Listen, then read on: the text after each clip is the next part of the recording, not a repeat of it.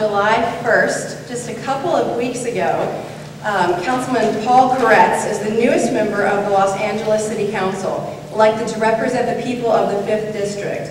Previously, he was honored to serve as a local member of the State Assembly for the past 6 years, and prior to that, for the prior 12 years, as a city councilman in West Hollywood.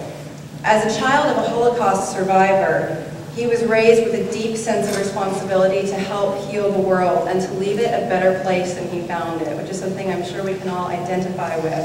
And during his many years of public service, he's worked to do just that, fighting hard to improve our environment, public safety, health, and also to end discrimination and intolerance. Councilman Koretz has championed the elimination of cruel practices to animals for over 20 years. As an Assembly member, he authored a law to ban the declawing of cats. I'm sure you are all familiar with that. As West Hollywood City Councilmember, yeah, we should pause for a round of applause.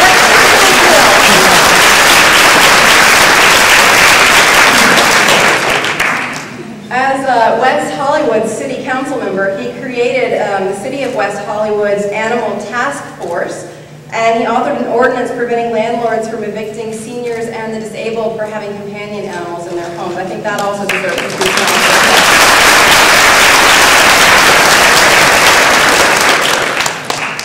Councilman Koretz is endorsed by the California chapter of the League of Humane Voters, we'll hear from later. And in his new position, he continues to fight for to increase spay and neuter programs in Los Angeles and just for the general welfare of animals. And I think we can all agree that it is a fine day when the animals have an advocate such as this on their side. So please join me in welcoming Councilman Koretz.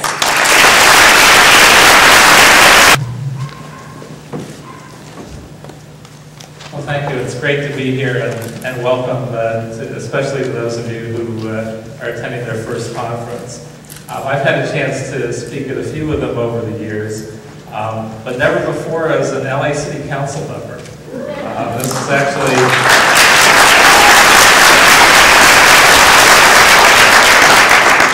I'm not sure if there's an animal rights activist on a big city council anywhere else in the country, so hopefully we can do some things to make Los Angeles a model city, and I'm hoping to have that opportunity.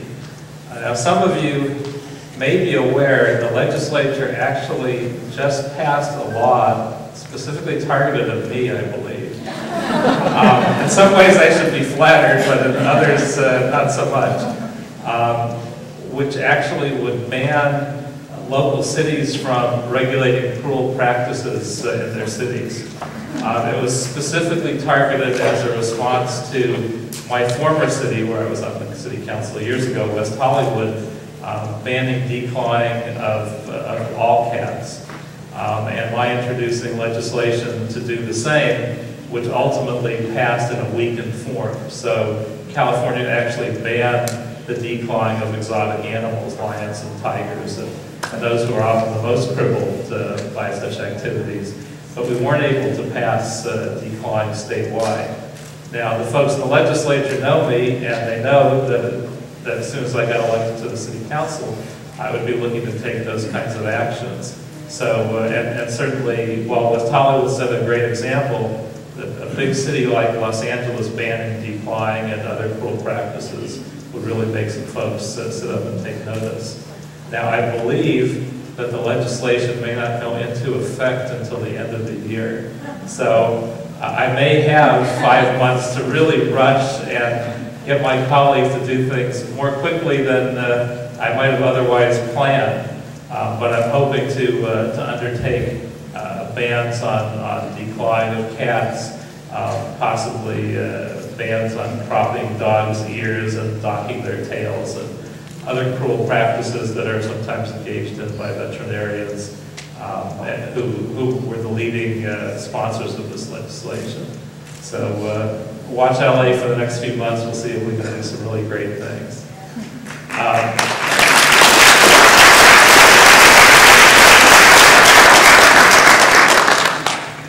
Now, I got a few things passed in the state legislature, but I have to tell you, there's nothing more difficult than getting animal legislation through the California legislature. So probably the more interesting things that I did there were actually bills that failed. Hopefully someday may pass.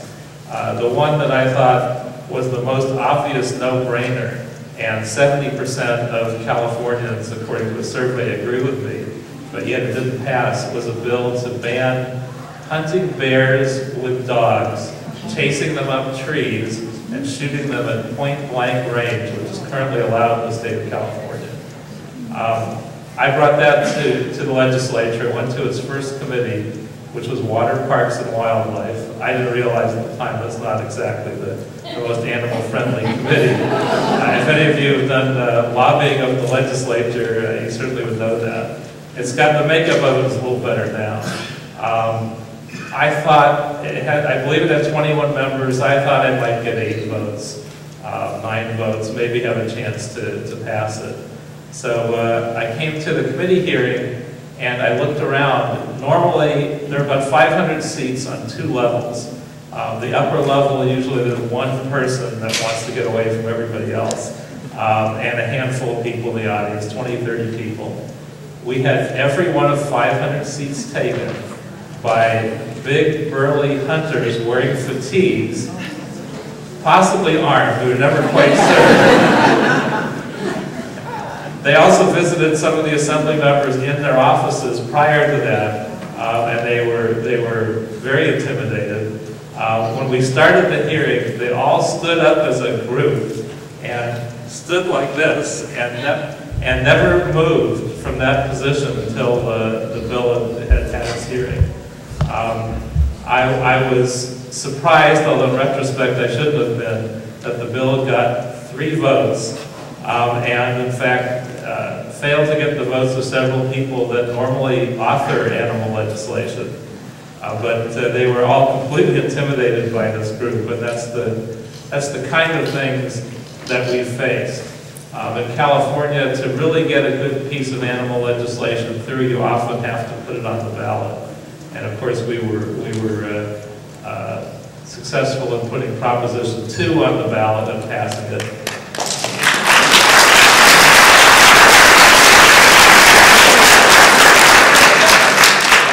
Have been the perfect piece of legislation, but the fact is, if you tried to get that through the legislature, not in a million years. So I was proud that we put it to the vote, and I was happy to gather a few hundred signatures of that personally and do my little piece of it and see that happen.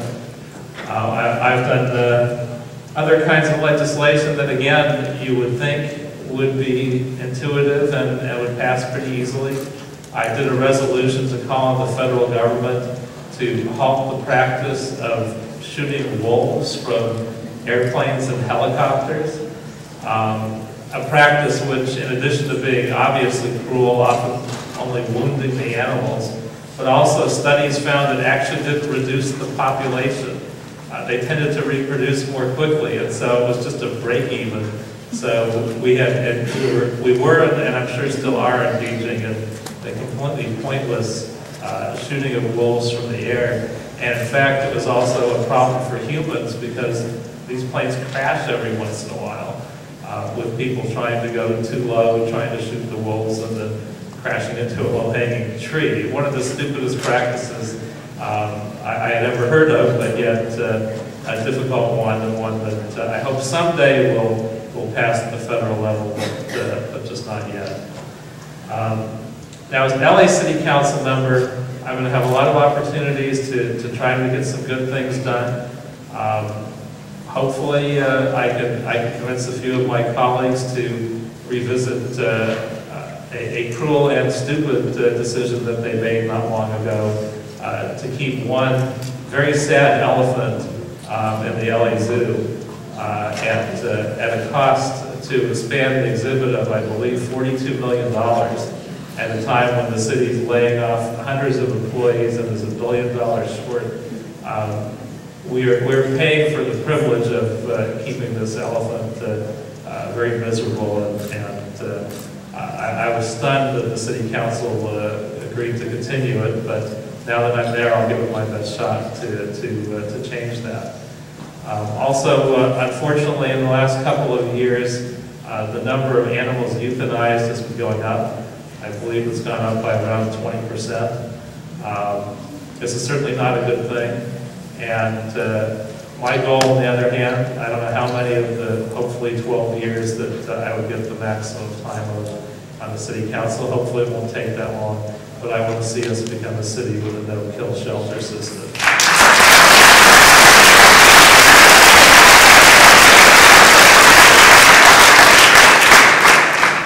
Also, we have a pretty bad history of picking pretty poor general managers of our animal services department, to put it gently. And we have had another one depart. The mayor has control over that largely.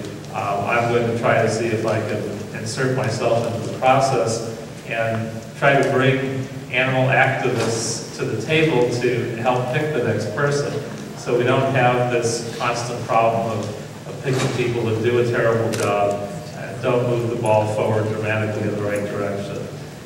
Usually one council member is allowed to be part of this process. It's usually someone with more seniority and leadership, like the council president or president of or committee chair of one of the key committees. But I'm going to push for that to be me instead, so we can get something done right in this regard. I think there's a lot of other exciting things we can do in the city of Los Angeles. It's a pretty big city. It's an unusual situation. Animal rights activists don't always wind up on big city councils. I'm very excited about the opportunity I have.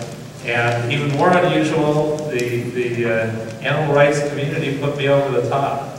I won by a very narrow 2%. There was no question that the activists who volunteered and contributed and got the vote out, got their friends and relatives out, supplied that 2%. So the animal rights community elected someone to the second biggest city council in the country.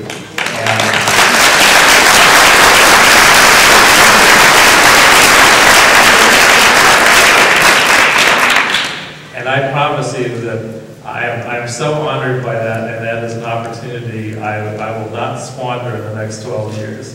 So I look forward to working with all of you in the city of Los Angeles and across the country to take the next steps to do what we can to stop cruelty to animals, to educate people, to work the political process. I hope my example will inspire you. If those of you who have thought about running for political office, I can tell you I am, by nature, the shyest person on the face of the planet. In elementary school, junior high school, and high school, I never gave one oral report. I always called in sick because I was too shy to speak to a room full of my peers. And yet, I run for office. I'm not the most charismatic guy. That's probably why I usually win by a hair. But I've been able to do it.